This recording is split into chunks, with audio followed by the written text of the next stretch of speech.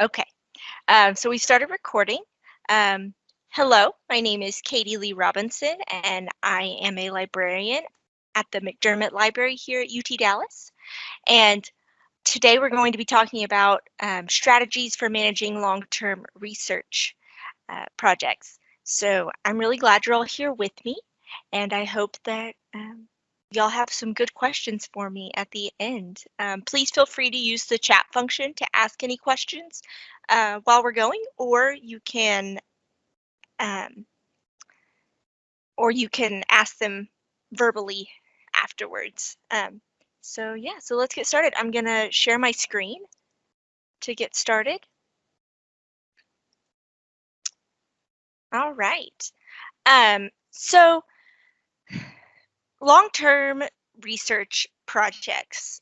We don't think they're going to come up. We think we can handle this in one semester, but all of the sudden, you're working on a project that's going a couple years instead of a couple semesters, especially when you team up with a professor or something like that, and the project just ends up going and going and going.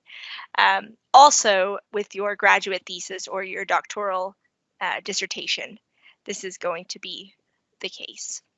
Um, so, so how do you maintain your momentum and your strategies over this long period of time? Um, Honestly, it's okay if by the end of the project you hate your topic. It happens.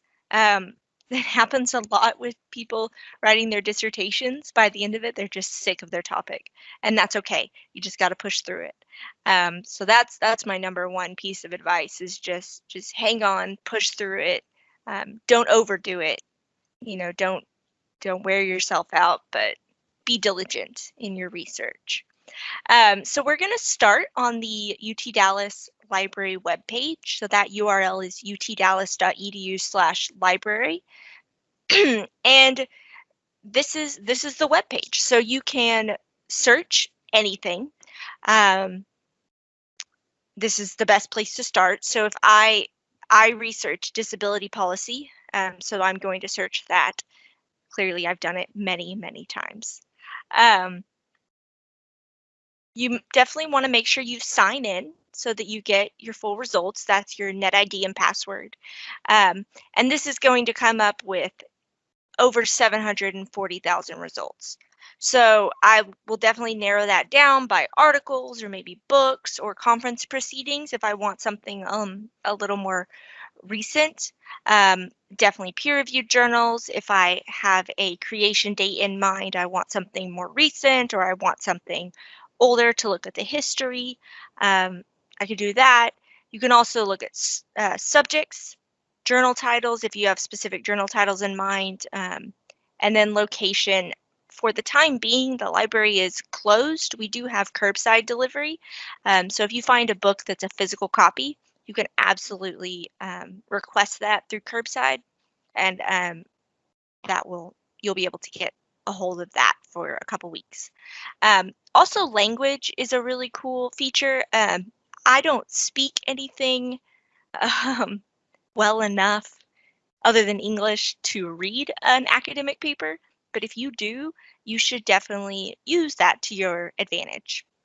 One of the really great things about our website is that you can save searches. You can save this query to your favorites. I've already done this with the disability policy query. So if I come up here and click on this little pushpin icon, it will go to my favorites. It has items that I've saved and also my saved searches, which is disability policy. If you click on this little bell, you can get an alert for new items that come up in this search. It can be once a week, it can be once a month, it can be daily.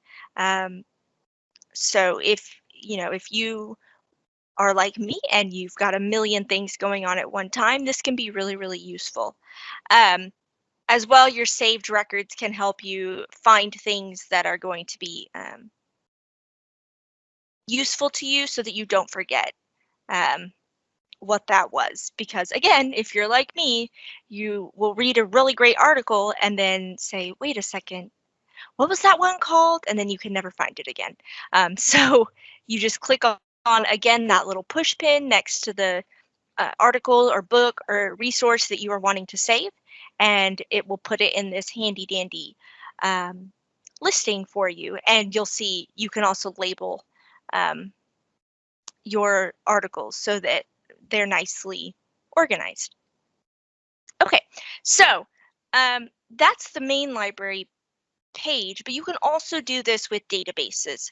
One of the ones I particularly like, because I think it does a really good job with this, is Scopus. So if I click on databases, like you saw, the tab, and then S for Scopus, I can scroll down here and click on it. And it will bring me here. It does have me logged in already. You can create an account and then don't try to log in through the institution. Create your account and then see if you have, click on see if I have institutional access. And if you have difficulty with that, please feel free to send me an email or give me a phone call and I can walk you through this. So you can do a search just like in the library homepage. So if I search disability policy, it gets me 21,000 results, some really good ones, and I can again save this search as disability policy. I can also, oh, I've already saved it, so I'm gonna not override that. But I can also set an alert again so that it will send me an email whenever something new comes up. This can be really, really useful. Again, because sometimes you have 1,000 things going or you forget that you need to research something.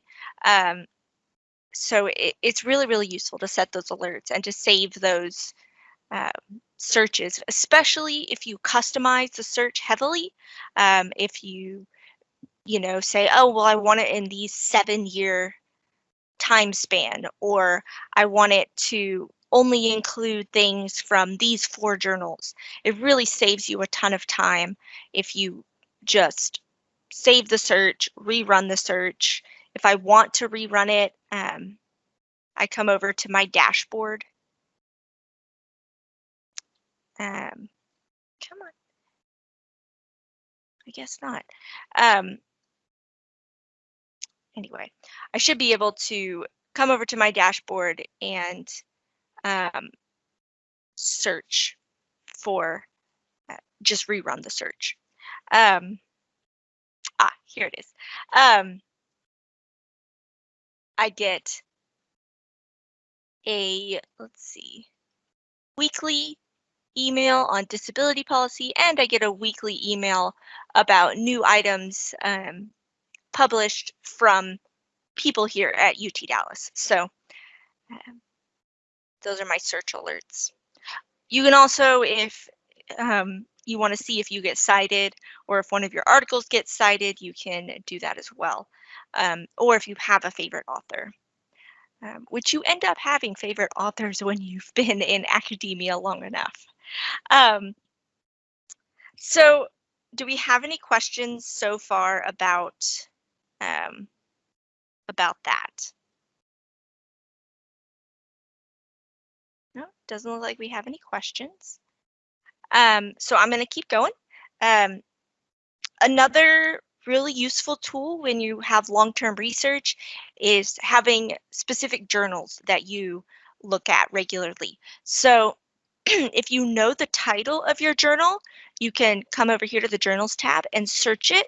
But if you're not sure what journals to look at, maybe you're really early in your academic career, or you've sort of changed lanes to a new aspect of your research, a really good source for you is going to be the Journal Citations Reports. JCR is how I'll refer to it. So this is done by Web of Science. I really love it. So you can browse by category. So if you are specifically interested in economics or mathematics, you can click on those and see the top journals. So number 1 is the Quarterly Journal of Economics or Journal of Economic Perspectives, etc. And then you can click on these and it will take you to its citation report. So the journal impact factor can be kind of confusing, but it's basically how many articles are published, how often they're cited. There's a whole algorithm that I'm not going to go into here, but you can look at this journal impact factor and use it as sort of a guidepost of how effective you want the articles you use to be. Let's see, we've got a question. How did I get there again? Okay. So I went to databases on our main library page, and then I clicked on J for journal citations reports. And then within that, I clicked on browse by category. And then I just picked the top category to show y'all, but I clicked economics, and then I clicked this number 373 because that's the number of journals in the listing, and that will give you the top journals by impact factor or by total citations, or you can sort it by title. I like to sort it by impact factor. You're very welcome. Just because I think that's the most useful indicator of how reliable the articles are going to be and how useful they're going to be in your research. This is also super useful when you're getting ready to publish. You want to publish in a top journal, a top tier journal. So you definitely want to publish in one with a high impact factor because it reaches the most people. It gets the most clicks. So if I'm writing an article on economics, I'm definitely going to submit it first to this Quarterly Journal of Economics, and hopefully I get a rewrite and resubmit, or a read and resubmit, an R&R. But if not, I'm just going to go down the line, and the ones that apply to me, I'm going to submit it to the next journal down the line so that I get my article in the best journal possible. So that's what's really important about the impact factor. As well, if you click on this journal, you can see how often they publish, 4 times a year. You can see the most cited items in this journal. So this one by Dr. David Deming has been cited 50 times. That's a lot of citations. And you can also see a lot of different indicators about how effective this journal is. Most of this is just used by librarians. So definitely, if you're trying to decide where to publish or what journal is going to be most useful to you, contact us, and we are so happy to help you figure out which journal would be best for you. Yeah, Danica, for sure. So from the library webpage, it's all right. I totally understand. From the library webpage, we go to databases, J, for journal citation reports. Click on that. And then I clicked browse by category and just selected the top subject, and then clicked on this number under number of journals. Also, y'all, I'm recording this, so I'll just make sure that y'all get the recording afterwards. Also, you can always go to our YouTube channel. We post all of our gosh, words are not working today. We post all of our seminars and recordings on our YouTube channel. So if there's anything you can't find the link, or workshops. Thank you, Chris. If you can't find the link that you got an email for it, you can go to our YouTube channel and it'll be there. So yeah, so once you've clicked on a journal and you've decided this journal is for me, you can go to their website or their table of contents. So I clicked right here on Go to Journal Table of Contents, and this shows me what is in the most recent issue. So this one, a lot of economic issues in this one, and then you can end up looking up the journal. So Quarterly Journal of Economics. So I'm going to copy that, and I'm just going to paste it over here in Google. And I've found it here. And you can oh my goodness, sign up to get the tables of content sent to your email. This looks different in every journal page, but this way you get an email and it tells you the titles of the things that have just been published, and so you can look at that and decide whether or not there's anything in that issue that you really want to go look for, or that you want to read. And based on that, you can come over here to our Journals tab on our homepage, and search that. Oh, come on. Quarterly Journal of Economics. You can search that journal, and since we already subscribe to it, you won't have to spend your money, your funding on getting access to this, because it can be extremely expensive. So you can just click on here, click on one of these full text availabilities, and see the most recent issue that you're looking for. Definitely, if you're looking for one of the most recent issues, don't click on American Periodical Series because it only goes to 1906. But if you're looking for one from 1902, this would be a good option for you. Certainly click on maybe Oxford University Press, or EBSCO. Oh, no, EBSCO Host doesn't have the most recent year. Click on Oxford University Press for this particular journal. Definitely read these little details underneath the links that will tell you what years this link excuse me, link gives access to. Yeah, so that was a lot of information about finding journals. Does anybody have any questions, clarifications on that? I see no typing, so I'm gonna keep on keeping on. One of the most important aspects of doing long-term research is having a good list of keywords that you can mix and match, because sometimes that first search, if I'm looking up disability policy, sometimes that's not going to find me all of the information that I'm really wanting. So I need to have different keywords, or what we call them, so different words to type in that will be effective, or sort of change the perspective of the search. So I may look up, instead of disability, I may look up accessibility. Instead of policy, I may look up legislation or law.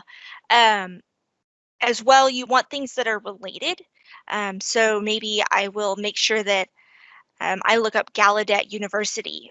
They provide a ton of research on disability policy because they are a deaf university. So they're going to be very interested in that. So make sure you have those sort of related terms in your list as well. Honestly, I put this on a piece of paper because I'm old-fashioned, but you can save several searches. You don't have to just save one in your on the library website or in the database that you're really liking. So maybe I'll have disability policy saved here in the library website, but I'll also have accessibility legislation or Americans with Disabilities Act or something like that. Does that make sense? You want to sort of broaden the scope so that you're covering as many bases as possible. Because if you go too narrow, you're not going to be able to find as much information as if you sort of broaden your scope. So make sure you have a good list and don't be afraid to mix and match. Don't be afraid to fail in your searches. You know, sometimes you're going to search something and you will get nothing that works for you. And that's okay. That just means that that combination is not going to work for you. And you've learned something. So try to give it a positive spin. Another really useful tool for these long-term research assignments is a citation manager. This is one of my favorite topics to talk about. So I'm going to show y'all the Citation Manager Research Guide, or the Citation Research Guide. So on our main library page again, we're going to come over here to this nice little list of links and click on Research Guides. And we will scroll down, they're alphabetical, to Citation Resources. This is my research guide, my baby, so if you have any questions about it or you need help with a link or something like that, send me an email. There's this very nice big email me button here that you can use to send me an email for questions. So always remember, consult your professors before you choose a citation style, but I do have different citation styles primarily used by different fields listed here, with links to the more abnormal ones, or the ones that are not as broadly used. Those broad ones would be APA, MLA, and Chicago Turadian. But we're going to look at citation managers. So these are tools that allow you to import citations, organize your citations, avoid duplicates, and add notes or annotations. Also, it helps you keep from plagiarizing.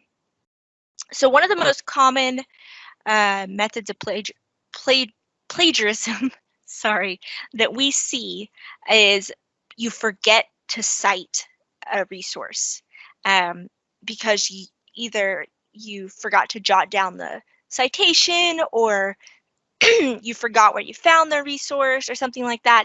These citation managers are going to help you avoid that. Because as you go, you can save the citation, you can put notes in it to say, oh, I liked, you know, what this author said about XYZ. I have some listed here, some are free, some cost money. You should definitely contact the company to see if they have a student pricing. My very favorite is Zotero. It's what I've used since grad school, longer ago than I care to admit. And it's free, so I really like it. But there are other ones. Endnote is extremely popular. You can also get Endnote from the UT Dallas Tech Store, so definitely take advantage of that. It saves you some money. If you're more of an Android fan, this may not be for you because they don't. Yes, John David, I will show y'all in just a second. It doesn't provide any tablet support other than iPad. Mendeley, I've heard a lot of great things about. I have not used it, but people love it. So definitely look into that. Cywheel is newer, and Cywheel is newer. I don't know anybody personally who uses it, but in different Reddit communities and stuff like that, people are saying really good things about it. So that's definitely an option for you. Ooh, good question, Gaten. Using Turnitin, that would be something you would need to talk to your department about. We don't provide access to Turnitin, so you would need to contact your department AA, and they would be able to talk to you about that. You can use it for your own work, though. Putting it in there to check for any accidental plagiarism or something like that? Good question. But yes, we do not provide access to Turnitin. Also, yeah, Chris is right. Educational technology would be a good place to search that. He's going to post their website in the chat over here. There are also other options. I've heard good things about it. About Dr. Paper is fun. ProSite, Noodle Tools, Paper Pile, and Power Notes. Really, it's a lot of it is just, you know, what's the first one you used, because there is some learning curve, and so you tend to stick with what you know. So I'm going to show a demonstration of Zotero because that's the one that I like the best. Let's see if it'll. Nope, it will not. Come on. Yes. Okay. Does not want to cooperate for some reason, which is annoying because I have found it to be super reliable. Okay, well, let's come over here and I'll show y'all the website. So Zotero has this desktop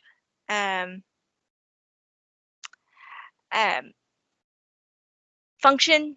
So I have this on my computer. Actually, I have it on my laptop and my desktop, and I have them connected. So you can save things. You see, you can put things in folders over here. So dissertation or teaching. You can also tag them, which I really like. And you can have group libraries. So if you are working with a coworker or a classmate on an article, on a paper or a project, you can have a group folder where you're all able to access and add. Okay, so John David says he's contacted several departments about Turnitin and it is not available for students. I know it is a bummer, but you can always contact the Writing Center and they'll be able to give you a similar service. It won't be quite as automatic, but it will help. It will be very helpful. So definitely contact the Writing Center if you want help with grammar or writing style and stuff like that. Okay, so that's Zotero. I love it. It's available for Mac, Windows, and Linux. It's got the built-in Chrome. Oh gosh, the Chrome plugin. There are some downsides. It can be a little overwhelming. There's not a mobile app, but it is free, and I really like that.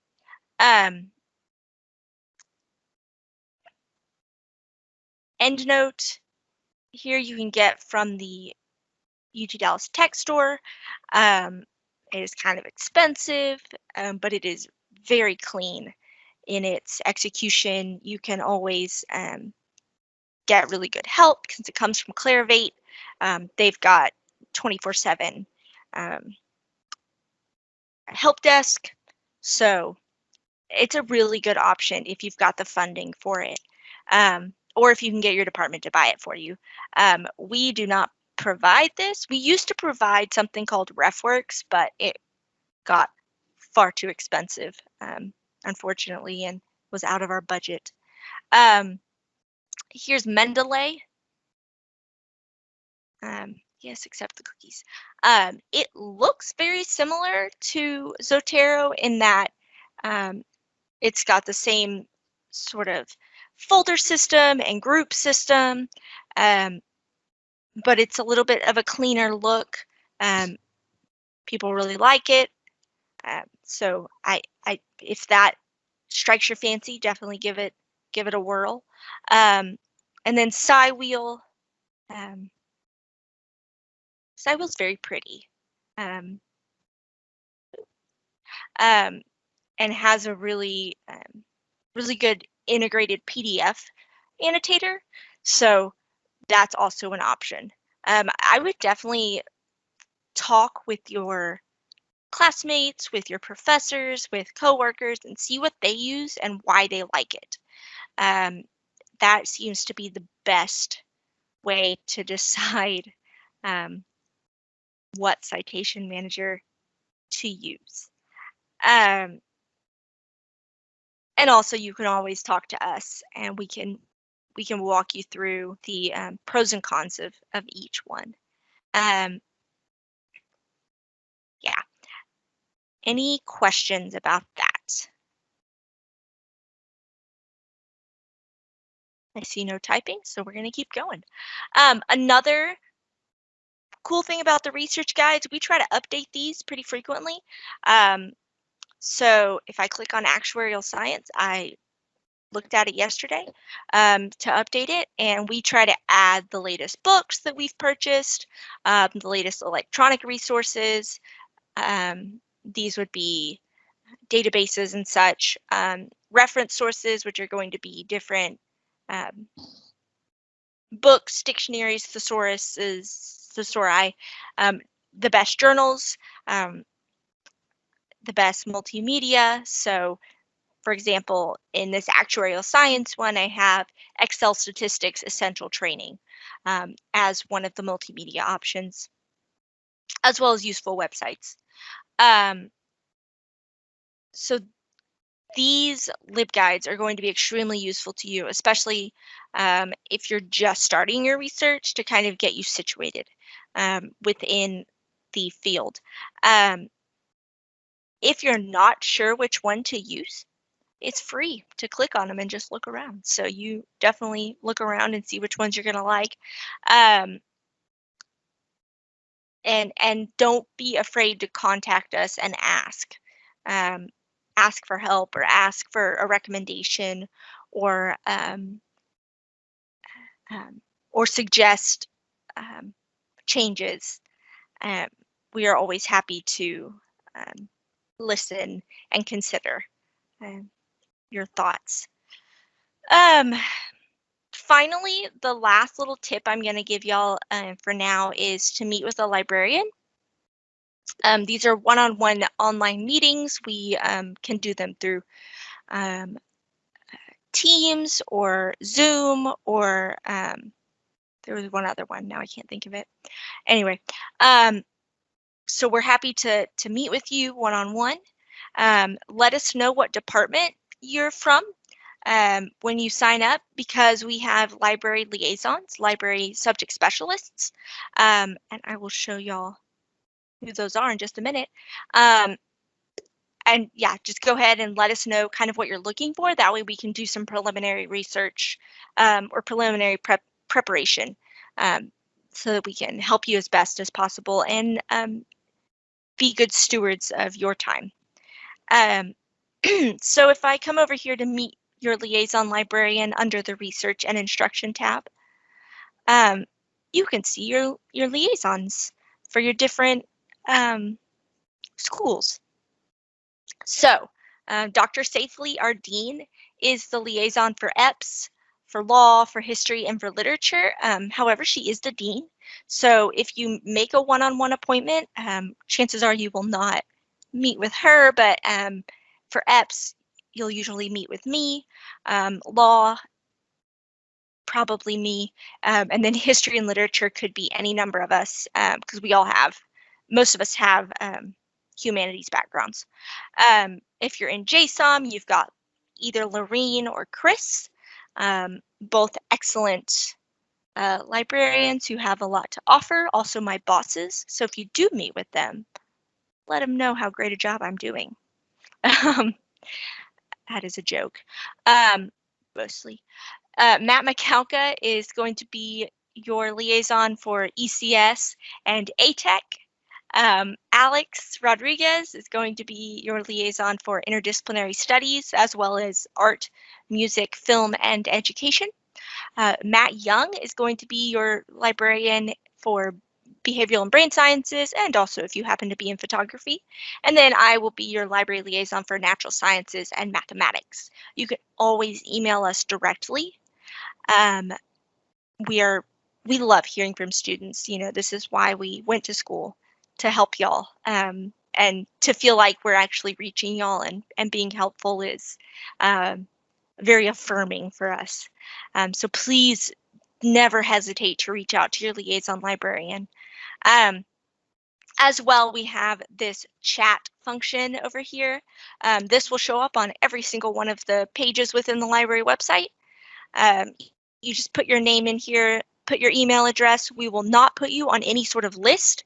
We just want your email address so that if for some reason the chat drops, we can email you with the rest of our answer.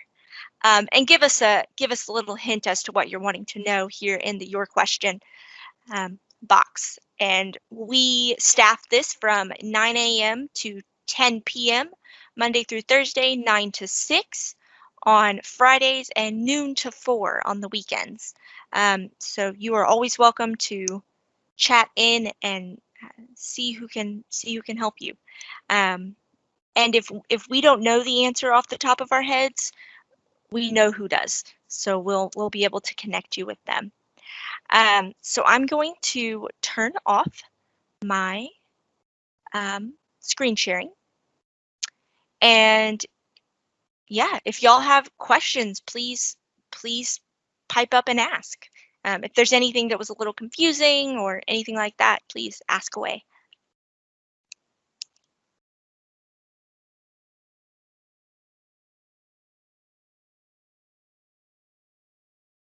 No questions. That's okay. Again, you can always contact me. My email address is Katie, Katie .Robinson, ROBINSON @utdallas.edu, and I can get you whatever help you need. We are here for you. We want to be here for you. And we really love hearing from y'all. So if there's no questions, I'm gonna stop the recording, and y'all are free to go about your days. Thank y'all so much for being here.